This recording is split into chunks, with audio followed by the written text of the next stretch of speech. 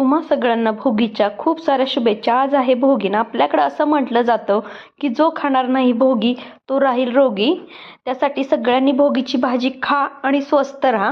तर आता भोगीची भाजी कशी बनवायची चला तर मग बघूया. सुरुवातीला शेंगदाणे, तीळ, धने आणि खोबरं थोडंसं भाजून बारीक वाटून घेतलंय. आता इथं भाज्यांमध्ये तुम्ही ज्या भाज्या या सीझनमध्ये अवेलेबल असतात त्या भाज्या तुम्ही घेऊ शकता. आता आपण फोडणीची तयारी करूयात. फोडणीसाठी मी इथं कांदा घेतलाय. मग आता ही भाजी मी आज मातीच्या भांड्यामध्ये बनवणार होते. तर पहिल्यांदा तेल टाकलं. तेलामध्ये सुरुवातीला टाकून घेतलं जिरं मोहरी छान अशी तडतडली की त्याच्यामध्ये आपल्याला कांदा घालून घ्यायचा आहे. कांदाही छान आपल्याला असा गुलाबी रंगावरती परतून घ्यायचा आहे. कांदा छान असा आपला परतला गेला की त्याच्यामध्ये टोमॅटो घालून घेऊयात. आणि टोमॅटो लवकर भाजला जावा त्याच्यासाठी मीठ घालून घेतल्यानंतर 1 मिनिटभर परतून घेतलं आणि त्याच्यामध्ये आलं लसूण कोथिंबीरची पेस्ट घालून घेतली.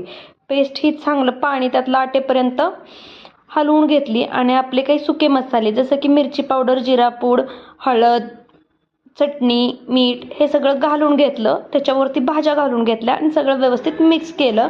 आणि मिक्स केल्यानंतर मगाशी जे आपण धणे वगैरे मिक्सरला वाटून घेतले ते बारीक करून मिक्सरमध्ये जे वाटून घेतलेलं ते वाटण घालून घेतलं आणि छान अशी आपली भाजी तयार करून घेतली. आता इथं बघू शकता छान अशी आपली भोगीची भाजी तयार झालेली आहे.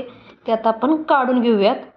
गरमागरम भाजी त्याच्यासोबतच गरम अशी बाजरीची भाकरी, सोबतच मी दाल खिचडी बनवली होती तीही ताटात काढून घेतली. छान असं ताट पाडून घेतलेलं आहे. तुम्ही बघू शकता इथं गाजर, काकडी, बाजरीची भाकरी, भोगीची भाजी आणि दाल खिचडी असा होता आजचा मेनू.